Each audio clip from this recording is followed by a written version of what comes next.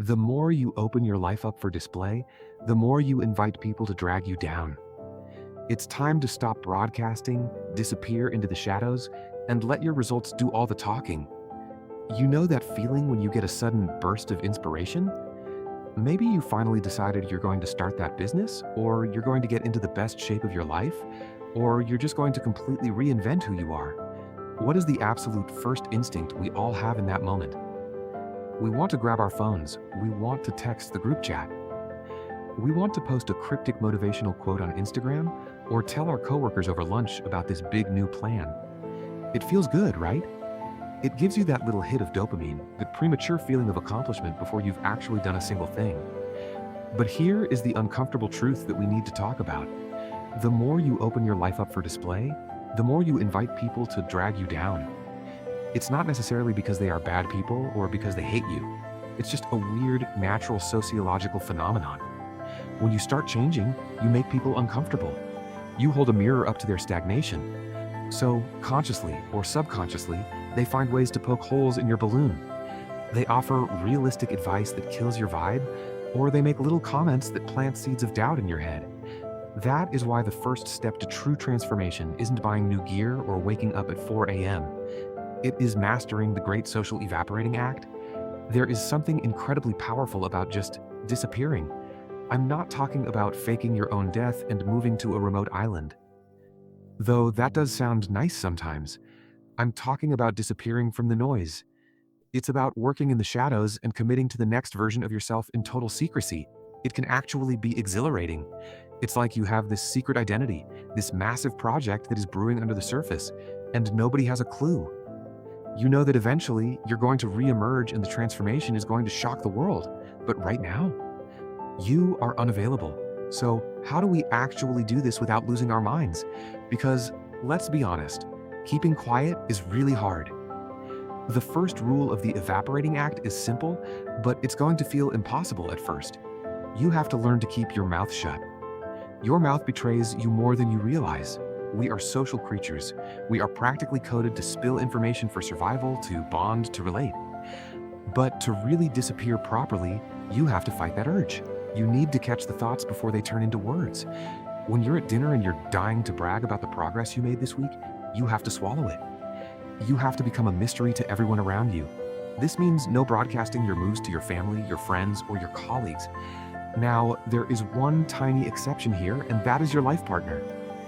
If and only if you know without a shadow of a doubt that they are in your corner and want you to crush it, you can let them in.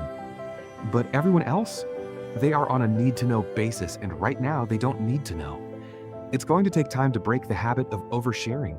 You might slip up. You might find yourself starting a sentence about your new plans and have to awkwardly change the subject. That's okay. It's a practice. But the goal here is to stop leaking your energy. Every time you tell someone your plan, you release a little bit of the tension that you need to actually drive you forward. You satisfy your brain's need for validation without doing the work. By evaporating socially, by stepping back into the shadows, you are preserving that energy. You are bottling it up so you can use it for the only thing that matters, the work itself. You are taking the power back from the audience and keeping it for the main character. And trust me, the silence might feel lonely at first, but soon it's going to feel like freedom. Once you've successfully evaporated from the social scene and stopped broadcasting your every move, you're going to run into a new, slightly weird problem. The silence. When you aren't getting that constant stream of feedback, whether it's praise, skepticism, or just general noise from the people around you, you might feel a little lost. It turns out we are all a bit addicted to the applause. We're like performers on a stage, constantly glancing at the audience to see if they're clapping, if they're bored, or if they're judging our outfit. This is where the real work begins. To stay hidden and actually stay committed, you have to completely reprogram your mind. You have to stop caring what they think. And let's be real for a second, half the time, they aren't even thinking about you. We walk around with this spotlight effect, convinced that everyone is analyzing our failures or critiquing our choices. But the truth, they are too busy worrying about their own lives to care about yours. But knowing that isn't enough, you have to feel it. You have to kill that part of you that desperately craves a thumbs up from the gallery. So, if the audience is gone, who are you performing for? This is where you become your own hype squad. You have to create a new person in your mind, and that person is, well, it's you. But it's a version of you that is objective, demanding, and incredibly proud when you actually deliver. Think of it as a mental cheat code. Since we are so wired to seek validation from others, you have to trick your brain by making yourself the other. You have to obsess over what this internal version of you thinks. When you finish a workout, or you close a deal, or you resist the urge to eat that junk food, don't look for a pat on the back from your friend or a like on social media. Look inward. Ask yourself, would I be proud of this? Am I impressed by what I just did? This shift is subtle, but it changes everything. Suddenly, you aren't a puppet dancing on strings pulled by societal expectations or your family's opinions. You are the puppet master. You are in control. But I won't lie to you, this is not an easy switch to flip. It takes practice. It takes repetition. It's awkward at first because we are so used to outsourcing our self-esteem. You might do something great in the shadows and feel a pang of sadness that nobody saw it. That's the withdrawal symptom of external validation kicking in. You have to fight through that. You have to replace that craving with your own internal nod of approval. You need to get to a place where your own opinion is the only currency that matters. If the rest of the world thinks you're crazy or boring or antisocial because you've disappeared to work on yourself, it shouldn't register. If you know you're crushing it, that has to be enough. It's about developing a quiet, unshakable confidence that doesn't need to shout to be real. When you become your own hype squad, you stop negotiating with yourself. You stop making excuses because you know you can't lie to the person in the mirror. You hold yourself to a higher standard than anyone else ever could. And the best part? When you finally do reach that goal, the victory tastes so much sweeter because you know you did it for you, not for the applause. You built it in the dark, and you approved it every step of the way. So we know you need to be your own hype squad now, but even the best squad needs a playbook. That's exactly why I wrote 30 Days to a Better You. It's your private roadmap to building that internal discipline we just talked about, day by day, without the guesswork. You don't need an audience right now. You just need a clear plan to follow in the dark. Click the link below to grab your copy, and let's get back to the mission. So, you've gone quiet, and you're starting to build that internal hype. Naturally, because you are human and you have a pulse, you are going to develop some wildly ambitious plans. You're going to map out exactly how you're going to scale that business, or the exact workout regimen that's going to turn you into a Greek statue. And let me tell you, the excitement is going to be overwhelming. It feels like you are sitting on a gold mine. In that moment of excitement, the urge to grab a friend and say, "Hey, look at this blueprint I made. Look at what I'm about to do," is going to be stronger than gravity. Don't you dare. This is the phase where most people fail. They confuse planning with doing, and they confuse telling with achieving. You need to treat these plans like they are the nuclear launch codes or the passwords to your bank account. You wouldn't just walk around the grocery store shouting out your ATM PIN, right? So why are you so willing to hand over the blueprints to your future? There is a very healthy, albeit slightly paranoid, way to think about this. Imagine that every single time you leak a part of your plan, your probability of actually pulling it off drops by 5%. It sounds superstitious, but the psychology backs it up. When you tell someone, "I'm going to run a marathon," and they say, "Wow, that's amazing. Good for you," your brain registers that praise as a reward. You get the dopamine hit before you've run a single mile. You satisfy the hunger. And once the hunger is gone, so is the drive to actually wake up at 5 a.m. and hit the pavement. You are literally hurting yourself by satisfying others.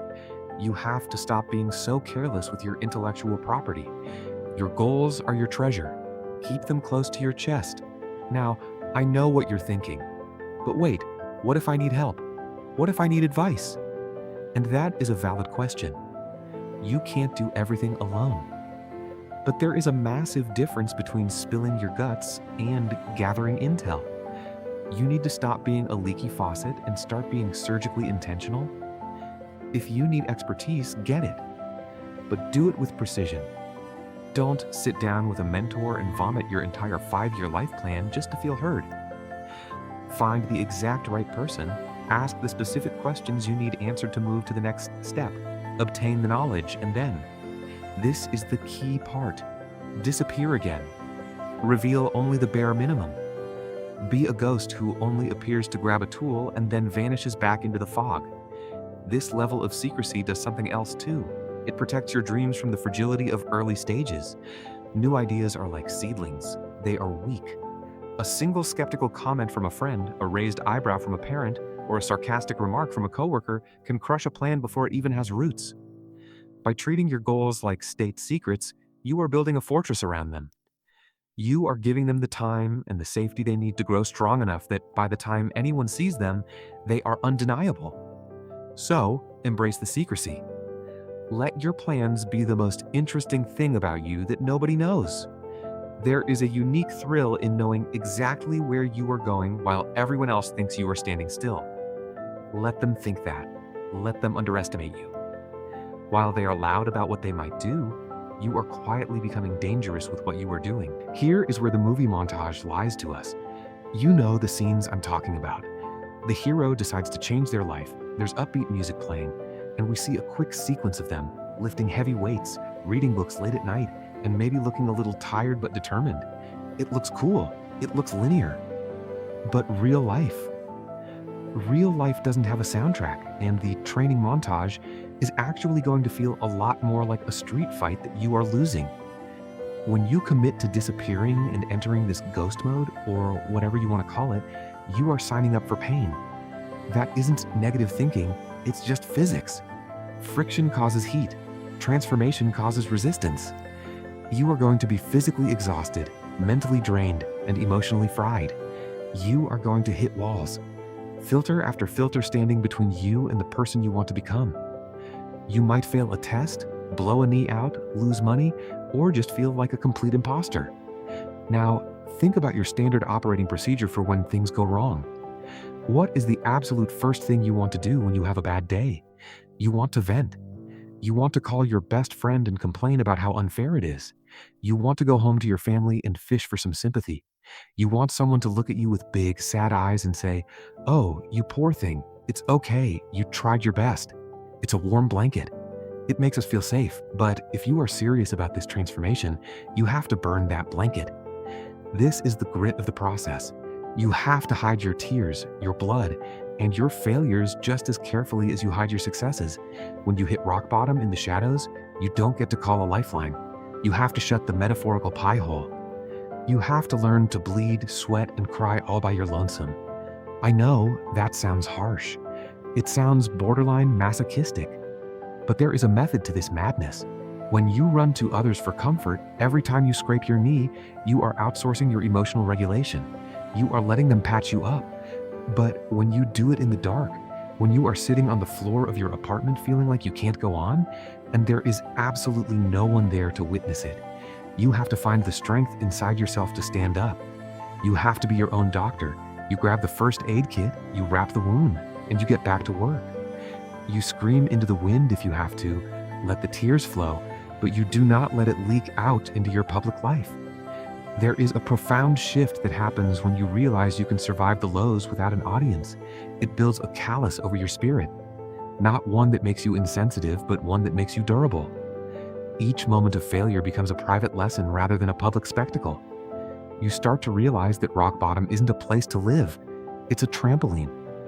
It's the solid ground you need to push off of to catapult yourself to that next level. Eventually, you start to look at the pain differently. You stop fearing the bumps in the dark, and you start embracing them. You realize that the pain is just the sensation of the old version of you dying off so the new version can emerge. It becomes a signal that you are pushing hard enough. So take the hit. Wipe the blood off your lip. Don't tell a soul, and keep moving. Because the only way out is through, and the only person who can carry you there is you. And now we arrive at the destination. This is the part where, logically, we should be talking about the grand reveal. You've put in the work, you've kept your mouth shut, you've cried in the dark, and you've built yourself into a machine.